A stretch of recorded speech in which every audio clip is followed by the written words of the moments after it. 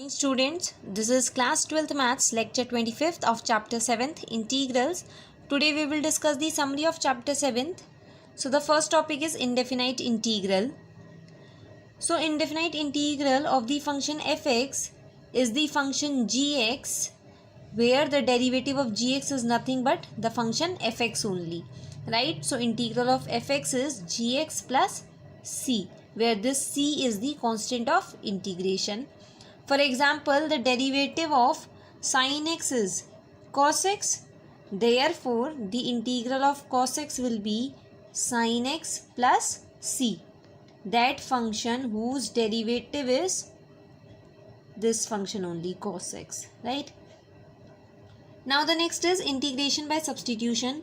Now see, sometimes it is not possible to find the integral of the function directly. Therefore, we use the method of substitution, in which we try to take that part of the given function as equal to t whose derivative is already exist in the given integrand. Now here you can see, if we take this cos x as equal to t, then the derivative of cos x is minus sin x, and sin x already exists in the given integrand, right? So take that part of the given function, the derivative of which already exists in the integrand, right? So now this integral will become integral of t cube, and sin x into dx will become minus dt. Now you know the integral of t cube, which is t raised to the power 4 upon 4, and in place of t again put what you assumed as t. So put again cos x in place of t, you'll get this as answer plus c. Now in this one, it is integral of t cube upon t raised to the power 4 plus 8 into dt. Now if I take this denominator as equal to a, then after derivating both the sides with respect to t, you will get 4t cube into dt equal to dA. So this integral will become 1 upon 4 integral of dA in place of t cube into dt, and in place of t raised to the power 4 plus 8, a will come, right? And now you know the integral of 1 by a, which is log mod a, and then in place of a write down this. There are direct formulas for some particular forms of integrals. The first is integral of 1 upon x square minus a square, which is equal to 1 by 2a into log mod of x minus a upon x plus a plus c. Integral of 1 upon x square plus a square, which is 1 upon 8 into tan inverse x upon a plus c. The other particular forms are, the formulas of these you can see in the book, 1 upon a square minus x square, or these three functions only but inside the root now.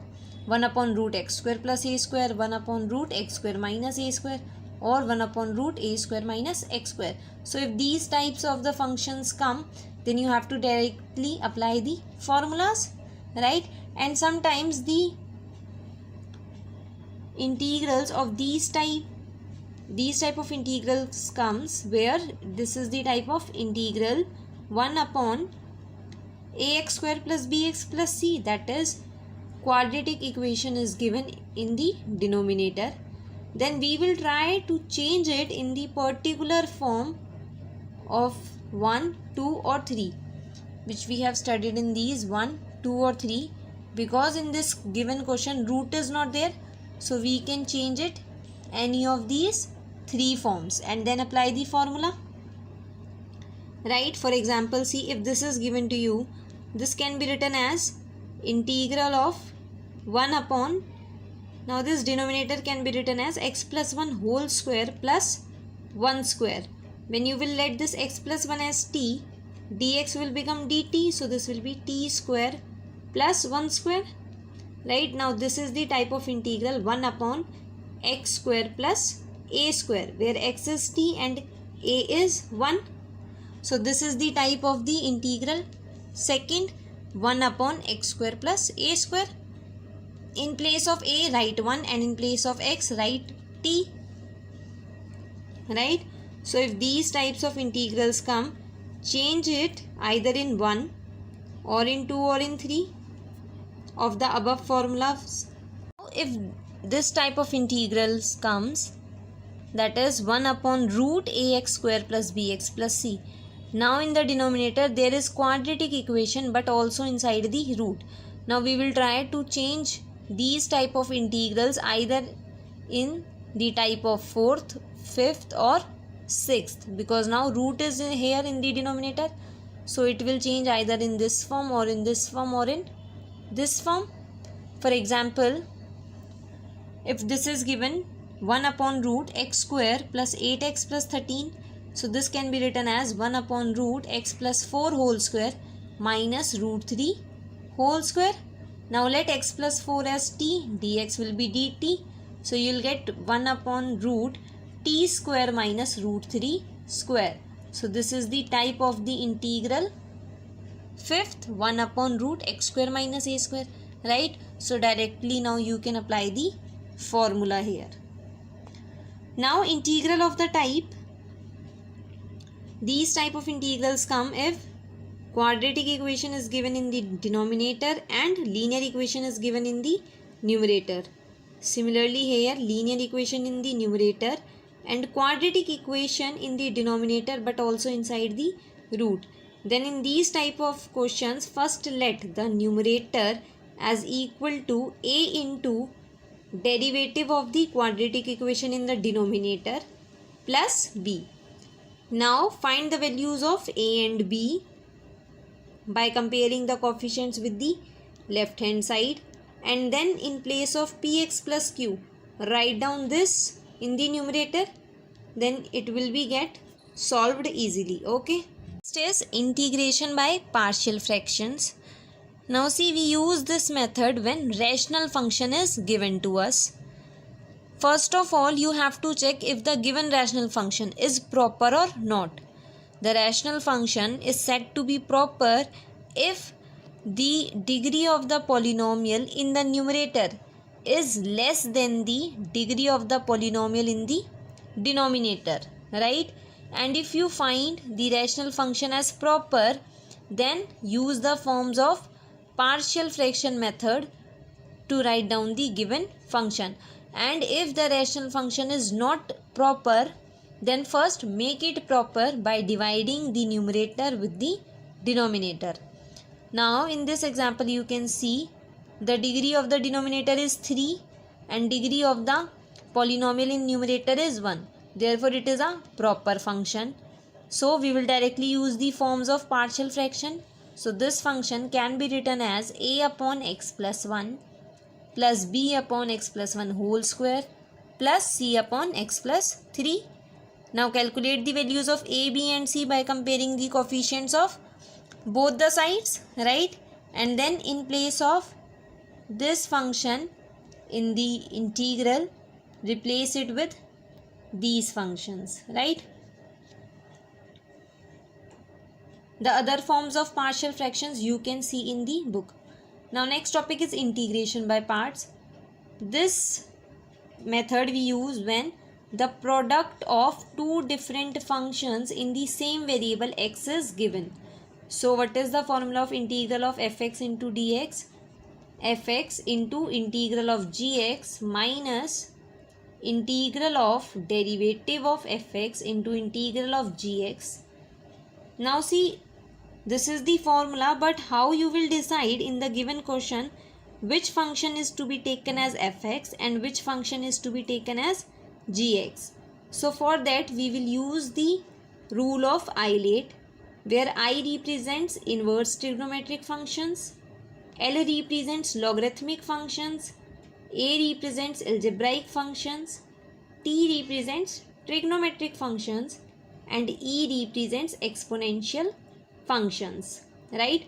So for example, see, in this integral you have to calculate the integral of log x into x square. Now this is an logarithmic function and this is an algebraic function. Now see which letter comes first in the word Eilert. Now L comes before A, that is we will treat the function log x as the first function, that is fx, and the function x square as the second function, that is gx. Next topic is definite integral. That is, when the limits are also introduced in the integral, then we say that the integral is a definite integral. So the integral of fx from the limits a to b is nothing but this capital Fx is the indefinite integral of fx, and now put the limits. So first put upper limit minus lower limit. For example, integral of x square from 1 to 2 will be, yes, integral of x square you know is x cube upon 3 from the limits 1 to 2. Now first put the upper limit, so 8 by 3 minus, now put the lower limit, that is 1 by 3, you will get the answer as 7 by 3. Now see, in case of definite integrals, when we use the method of substitution, we will not only change the function but we will also change the limits, right? For example, in this question, integral of x upon x square plus 1 is given from the limit 0 to 1. Now to solve this, if I let this denominator as equal to t, then after derivating both the sides with respect to x, you will get 2x into dx equal to dt.